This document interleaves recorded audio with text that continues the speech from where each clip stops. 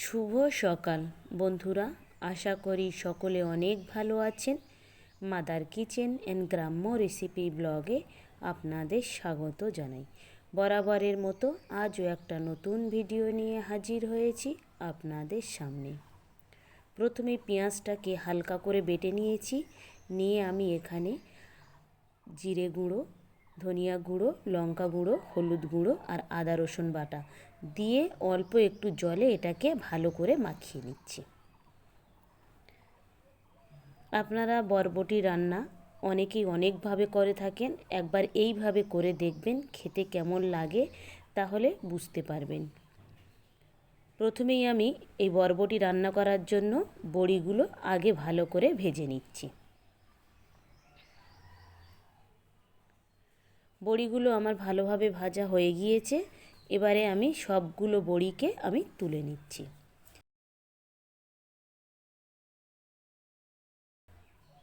এবারে ওই তেলে আমি আলুগুলো দিয়ে দিয়েছি এবং হালকা করে হলুদের গুঁড়ো আর পরিমাণ মতো লবণও দিয়ে দিয়েছি। দিয়ে এটাকেও ভালো করে একদম ভেজে নিচ্ছি।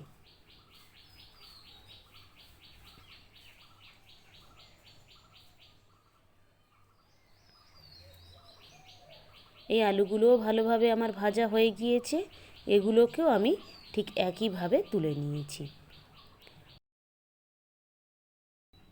এবারে আমি বরবটিটাও দিয়ে দিয়েছি। দিয়ে এখানে পরিমাণ মতো লবণ আর হলুদের গুঁড়ো দিয়ে এটাকেও আমি ভালো করে ভাজা করে নিচ্ছি।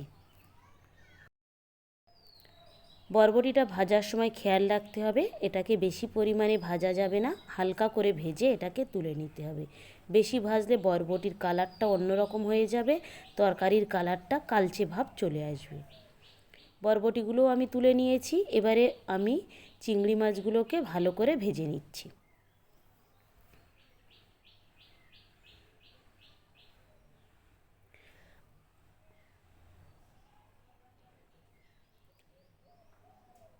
এবারে যে তেল ছিল ওই তেলেতেই আমি একটা শুকনো লঙ্কা কেটে দিয়ে দিয়েছি আর অল্প মতো আমি কালা জিরে দিয়ে দিয়েছি। দিয়ে আমি যে মশলাটা গুলিয়ে রেখেছিলাম সেই মশলাটাই দিয়ে দিয়েছি।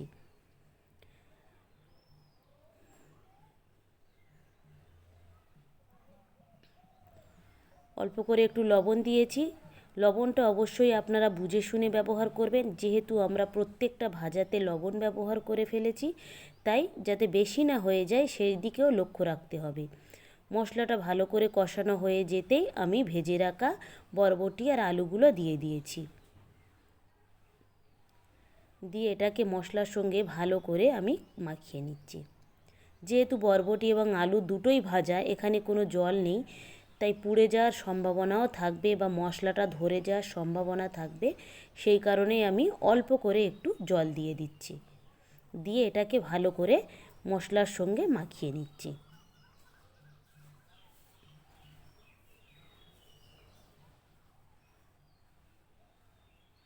ভালো করে কষানো হয়ে গিয়েছে। এবারে আমি ঝোলের জল দিয়ে দিয়েছি।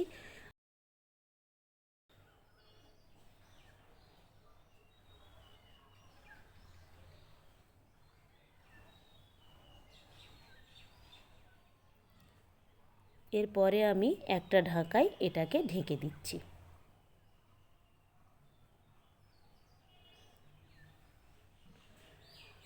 যখন একটু ফুটে উঠেছে এই ঝোলটা, সেই সময় খুলে আমি এখানে চিংড়ি মাছ ভাজাগুলো দিয়ে দেব আর ভেজে রাখা বড়িগুলোও আমি দিয়ে দেব।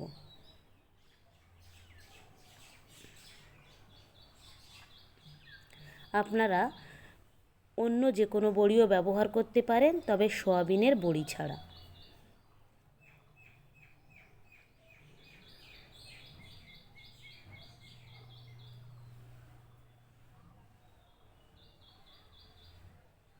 আবার আমি এটাকে একটা ঢাকায় ঢেকে দিয়েছি।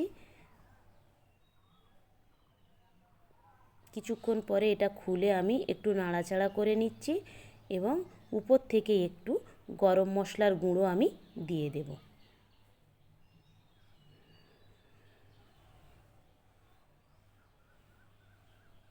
ব্যাস, উপর থেকে আমার গরম মশলার গুঁড়োও দেওয়া হয়ে গিয়েছে।